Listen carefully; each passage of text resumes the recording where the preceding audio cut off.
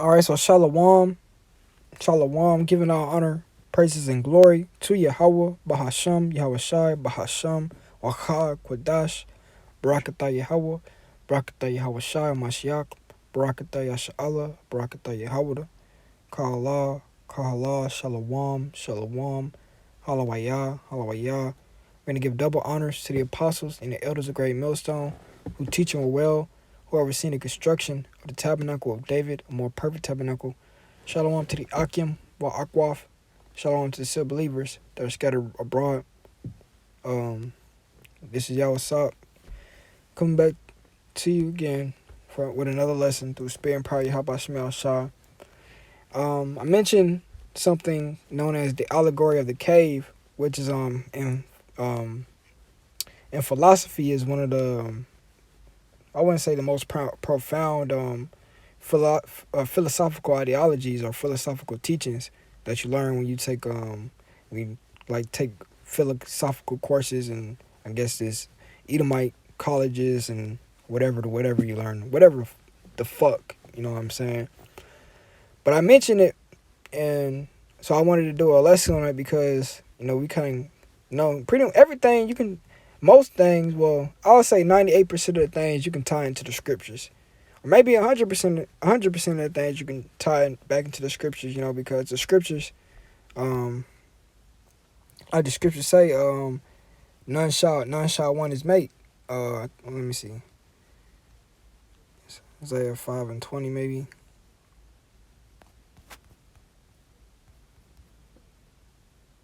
Isaiah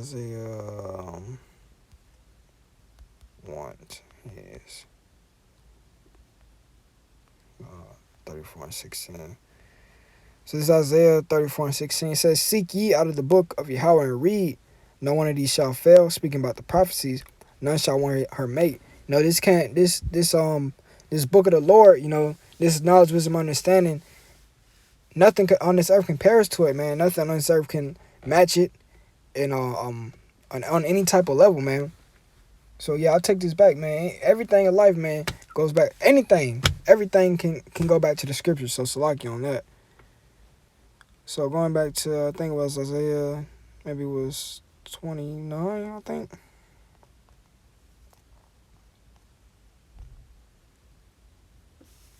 So this is Isaiah 29 and 15. It says, "Woe unto them that seek deep to hide their counsel from Yahweh, and their words are in dark, and they say, who seeth us and who knoweth us." That's alluding to and going into these quote unquote unsecret societies. I say unsecret because nowadays through the information age, they've been revealed, and that's also in the scriptures. Yahweh Shemel Shah said that he would lift up Esau's skirt. He will make them bare. You know what I'm saying? So yeah, it's going into these quote unquote secret societies who meet in secret. They plan out their iniquity, you know what I'm saying? They plan out their wicked works. They have these like the elder Ayathon says, they have these wicked think tanks where they plot and say, how can we do this? How can we do that? What can we do to move our plans along? One group that comes to mind would be the Bilderberg group, or the Bilderberg Society, named after the hotel in which they meet in, you know what I'm saying? Another society, I guess, would be like the Skull and Bones. All these quote-unquote secret societies goes back to what the secret council, let's get it, secret council. Psalm 64:2, hide me from the secret counsel of the wicked, from the insurrection of the workers of iniquity. Now, these couple scriptures I'm going to grab are setting the foundation and the basis for the lesson, and then I'll tie it all in and expound upon it as we go into the allegory of the cave. So it says, who seeth us, who knoweth us, because, again, they think just because they're hidden dark, and they think because of the masses of people can't put a name to a picture or a face to a name, or can't be in those the regular average Joe is not going to be in these high class circles. The regular average Joe doesn't pretty much know what goes on at the upper echelons of the society of the Edomites. So they feel like they have a cloak. They feel like they move in the shadows when they really don't. So this is Isaiah 29:16 says what? Surely your turning of things upside down shall be esteemed as the potter's clay, man. Surely your turning of things upside down shall be esteemed as the potter's clay. Now, who has done that? Who has been able to accomplish the total reversal of everything that's been known to man? Basically, let's go to the scripture. Let's see if I can get off the top of my head. I think it's Job 14.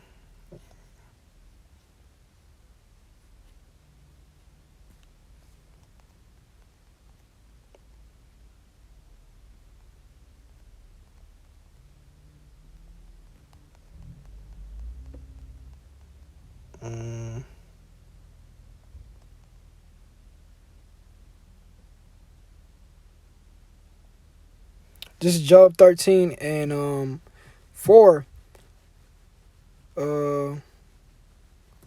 Job 14, Job 13 and 4. But ye are forgers of lies, ye are all physicians of no value.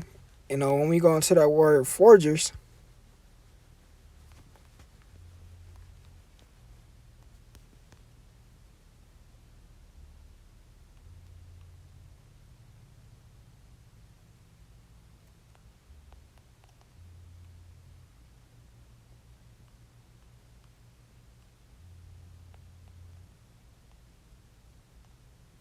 Strong's H 2950.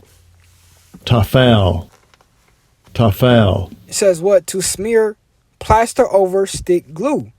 To smear plaster over stick glue. So when we go back to Isaiah 29, and it says, surely your turning of things upside down shall be esteemed as the potter's clay. How did they turn everything upside down? They basically just, they plastered over it. You know what I'm saying? Like, the best example I can give is like, when you put a new bumper sticker over an old bumper sticker. You know what I'm saying? That's basically what they did, man. They took the images of the Lord, the true images of the Lord, the angels, the disciples, all the prominent biblical figures, the Israelites, made them white. They removed the old ancient landmarks and then called these new, then renamed the lands after their own people, like the scriptures say. They told one nation, they renamed the nations, so Moab doesn't know they're Moab. So the Israelites don't know they're Israelites. So Ammon doesn't know he's Ammon. They allow wickedness to run rampant, and they call righteousness wicked. You know what I'm saying? So they basically they've managed to accomplish one of the greatest heists in history. They have stolen. Well, it's like, let me get the right words. They stole the truth. They stole the truth and locked it away. But now through the spirit and power, how about Shemiah Shah? What? Where it's esteemed as the potter's clay because, you get them you get a cup, man, or you get some bullshit. You throw it against the wall. What happens? It shatters. And that's basically what happens. What has happened through the spirit and power, how about Shemiah Shah? The true men of the Lord have shattered the lies of Esau. So now let's go to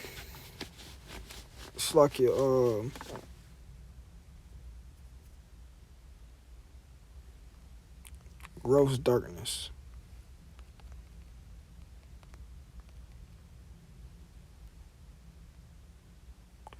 This is Isaiah 60 and starting at 1. Arise, shine, for thy light is come, and the glory of Yahweh is risen upon thee. For behold, the darkness shall cover the earth, and this darkness represents what? Ignorance.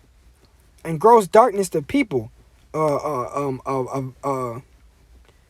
can't. It's not even a adjective that can be used to describe how ignorant and how lost the masses of the people are today, man. It's just mind-boggling how ignorant and how lost people are. But that's happened to what? Them turning everything upside down. Their quote-unquote education system, the GMO foods, the water, the air, everything has taken its taking its effect on the human body and the human brain and the psyche. And not only that, Yahweh Shemi Shah just ain't dealing with a lot of you people. And it says, in gross darkness the people, but Yahweh shall rise upon thee, and his glory shall be seen upon thee. So since we've gotten them starting precepts, let's go into the allegory of the cave, and just remember ignorance, darkness, turning of things upside down. Why? Because that creates a perception. See, what people are living in right now is not reality. It's the perception that's been created by the Matrix. I'm gonna say it again. The way people live today is not based upon reality. It's based upon the perception that has been created by the Matrix.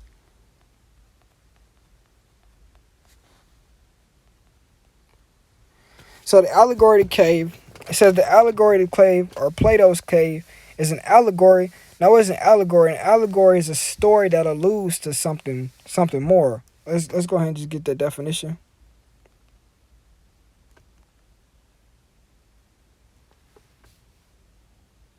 Allegory. It says a story, poem, or picture that can be interpreted to reveal a hidden meaning, typically a moral or political one. So the allegory of the cave, or Plato's cave, is an allegory, a story that can be used to represent a hidden message based on that's either more moral or political. It says by the Greek philosopher Plato in his work Republic. It says to what? To compare the effect of education. Remember what I just said. People don't live in reality. They live in the perception that's been created by the Matrix. I also said that people are ignorant. Gross darkness, great ignorance has covered the world due to what? The school system of Esau, the GMO foods, water, and all these other things that affect the mind, body, and the psyche. And it says, in the lack of it on our nature, man, because what we're supposed to be learning is the truth according to the Bible, man. That's all. That's the only thing that really matters, and that's what's going to come into effect according to Isaiah chapter 2 and Micah chapter 4. In the kingdom of heaven, we ain't gonna be learning about arithmetic. We ain't gonna be learning biology and ecology and all this bullshit. We gonna be learning about the knowledge and wisdom of Yahweh Shemi Shai. Said it's written as a dialogue between Plato's brother Glaucon and his mentor Socrates, narrated by the latter. The allegory is presented after the analogy of the sun and the analogy of the divided line.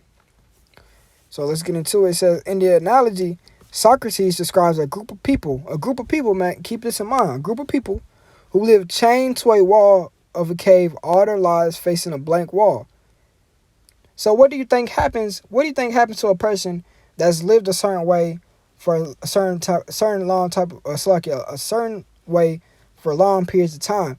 They get accustomed to it.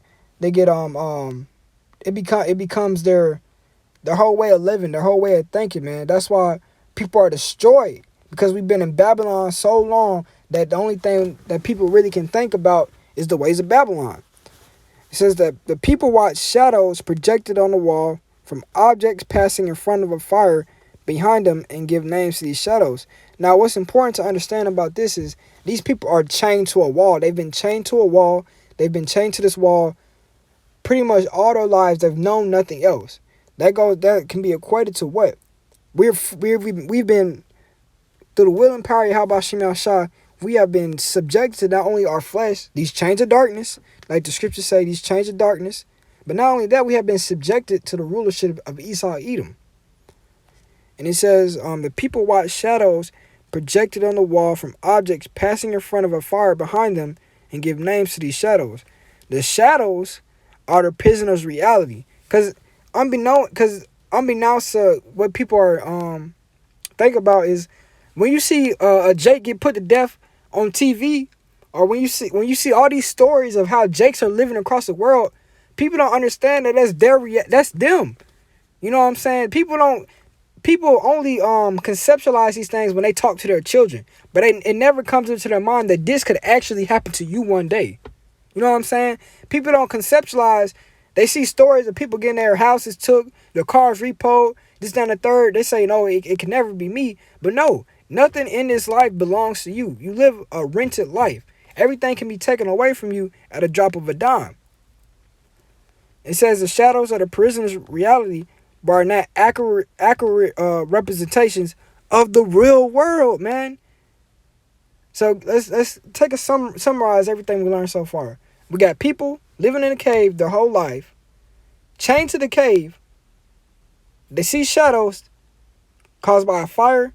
They give shadows the name. The shadows represent their reality, because their reality is created by what? Their perception. They only have seen and lived in this cave their entire lives. Again, you got to understand what's going on. This cave, there's what cave is just it's not like we're in a alternate universe where the only thing in this universe is a cave. No, they're in a cave and they don't know there's a whole world outside. You know what I'm saying? All they know is what's in front of them. So that's why it says it's not an accurate representation of the real world, because there are things going outside of the cave. Like in this time, again, break to represent you know what I'm saying, to bring the point home, we under the rule we have been subjected to Esau Edom, to this wickedness, to this flesh, to where people see what's going on in the world. They can't relate. They can't. I'm not Slucky. Let me slow down. We have been subjected to Esau Edom and these chains of darkness, this flesh. We live like this for so long. We see examples of how other people are living. Most people never realize that they could ever be them. But then on the outside, they don't know that there's a kingdom coming. They think that this is the end all be all. They think that Babylon the Great is their consolation, not understanding that there is a kingdom coming, man. Yahweh Shem Shai is coming back. So going on, it says, Socrates explains how the philosopher is like a prisoner who is freed from the cave and comes to the understanding that the shadows on the wall are actually not reality at all. A philosopher aims to understand. This is bullshit. Okay, here. Okay, so boom. So one thing they're not going into, but they're kind of going into, I guess it's just a little, I guess this is just a, I don't know what the fuck this is, but when you read the whole Allegory cave, one person is able to be unchained, and he's able to go outside the cave. So his perception, what he thought is reality, changes. He goes outside the cave, he sees the light, he goes to the light. You know what I'm saying? He represents the elect. Right here it says, Socrates explains how the philosopher, you know, the one that gets free, is like a prisoner who is freed from the cave and comes to the understanding that the shadows on the wall are actually not reality at all. Now, how does he do that? He has to go outside the cave to see the sun. And that's what we have done in this truth, man. We have been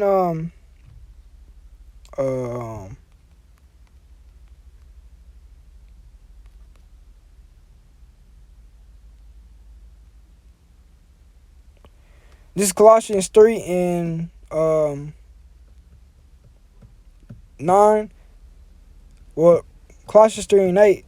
But now ye also put off all these: anger, wrath, malice, blasphemy, filthy communication out of your mouth. Lie not one to another, seeing that you have put off the old man with his deeds. That's what happens, man. The quote-unquote philosopher, he got out the cave. He put off that old man, what? And I put on the new man. That's what we have done in this truth. We have put on a new man. We have put on a new way of thinking, a new outlook on life, a spiritual mindset. It says, which is renewed in knowledge after the image of him that created him. Who is that? Yahweh Shem Shai. We're becoming in this truth, we're striving to be like Yahweh Shem Shai. Now it says, Socrates explains how the philosopher is like a prisoner who is freed from the cave and comes to understand that the shadows on the wall are actually not reality at all. We, through the spirit and power of Yahweh Shem Shai, we've come to understand that this place is bullshit, man. This is not living. The way we live in Babylon the Great ain't no life at all. This is bullshit. It says a philosopher aims to understand and perceive the higher levels of reality. That's what we're doing, man. We're trying to get more and more of this truth, man. We're trying to become more and more like Yahweh Shai every day, man. We're trying to get that full understanding. We're trying to eat the whole roll. You know what I'm saying? And here's the point. It says, however, the other inmates of the cave do not desire to leave their prison, for they know no better life, man. And that's how it is, man. Coming to the people of the world, man. These 2/3 niggas, man. You're the person that's escaped. Like it says, Micah 2:10, arising apart. We've departed from Babylon the Great. We're trying to pull along the 2/3 niggas, but they don't want to come along because they've been conditioned to live in this way. To them, there is nothing better than Babylon the Great. To them, they don't see a kingdom coming. You see? That's why I says they have no desire to leave their prison. Because they believe that Babylon the Great is the best thing since sliced bread.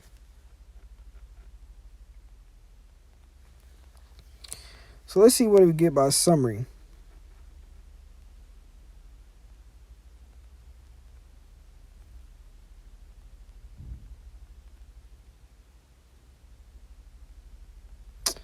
Dang, I should have probably read this, but hey, just sparing power, Yahweh Shem Shai.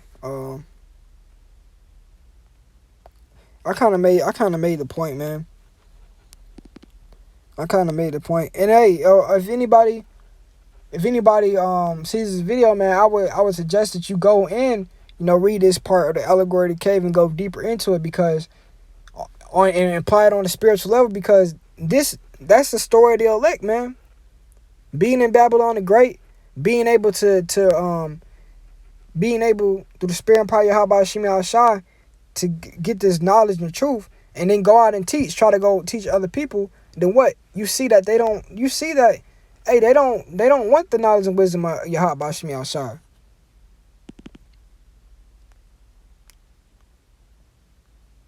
And that's why, again, another point just popped in my mind.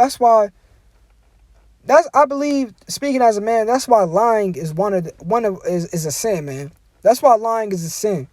Because when you lie, you are able to control how somebody perceives things. When you lie, you create a perception, man. And when people believe a lie, they're gonna change their reality based upon what you said. You know what I'm saying? Like if you tell a girl you love her, you really don't love her, and she starts acting all crazy. Why does she start acting all crazy? Because you have control. You have control her reality. She has changed. Her perception has changed based off the things that you have told her. You know what I'm saying? I don't know. Brothers know what I'm talking about. You know what I'm saying? We're going to go ahead and close it out. This is Ecclesiastes 12:13. Let us hear the conclusion of the whole matter. Fear the Most High and keep His commandments, for this is the whole duty of man. For the Most High shall bring every work into judgment with every secret thing, whether it be good or whether it be evil. With that being said, Hallelujah.